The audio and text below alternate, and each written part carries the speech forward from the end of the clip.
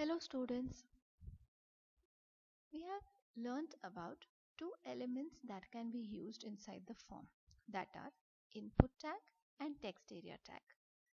Now we are going to learn the third element that can be used in form, that is select tag. So let us start. Select tag is used to create a drop down list. Many a times when you are filling forms, you must have observed for cities, you get a drop down list. These lists can be created using select tag. With the select tag, we have to use option tag also. Option and close option tag is used inside select tag to define options in the list. So if I want 3 options in the list, then I have to use option tag 3 times. Option tag has two attributes. First one is value and the second one is selected student, and the second one is selected students. We will see both these attributes when we are studying the program. Attributes of select tag. Select tag has 3 attributes. First one, name. It takes value as any text.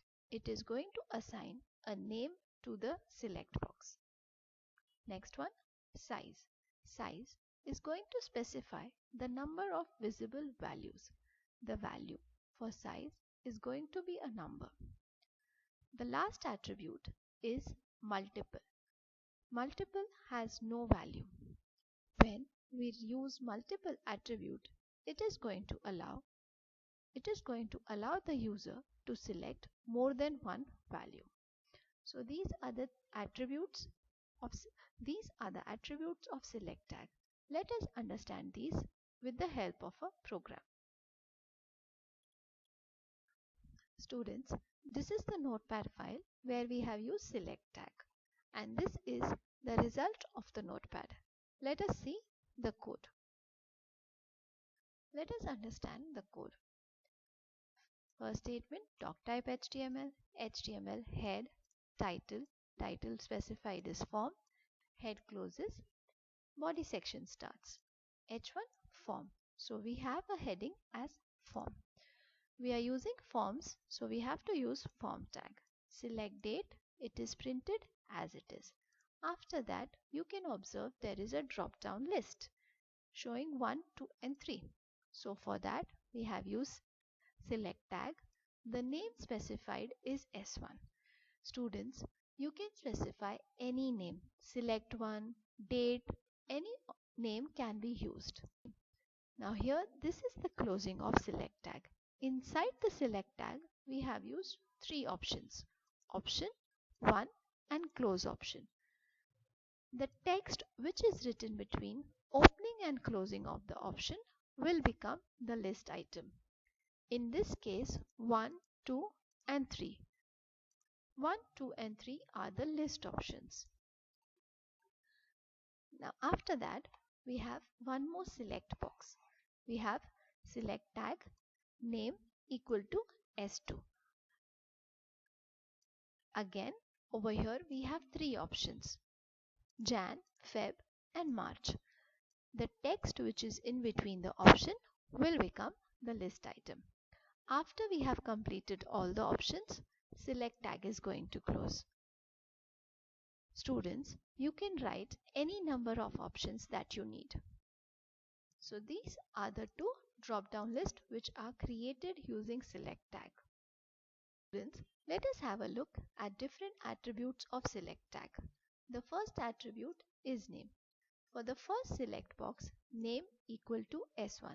This indicates the first select box has name S1. For the second one, name equal to S2. This indicates the second select box has name as S2. The remaining attributes we are going to see now. Size equal to 2. It is going to take value as a number and will specify number of visible values. Refresh 1, 2.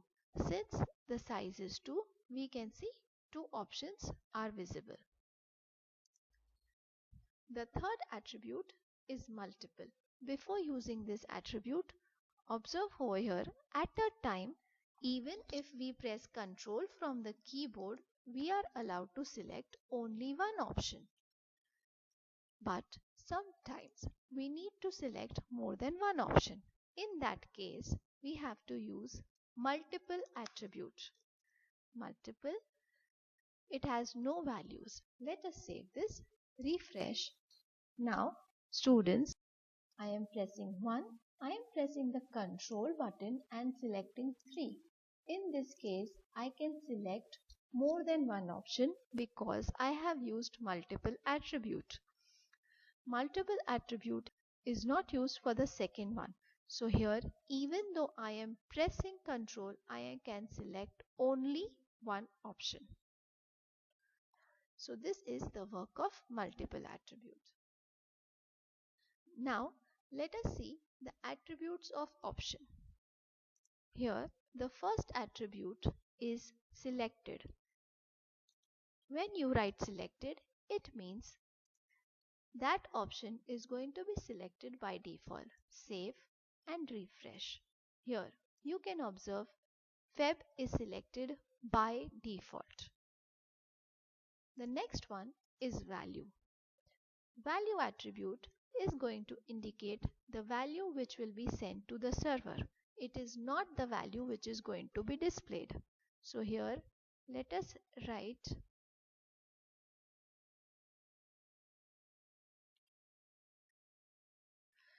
students.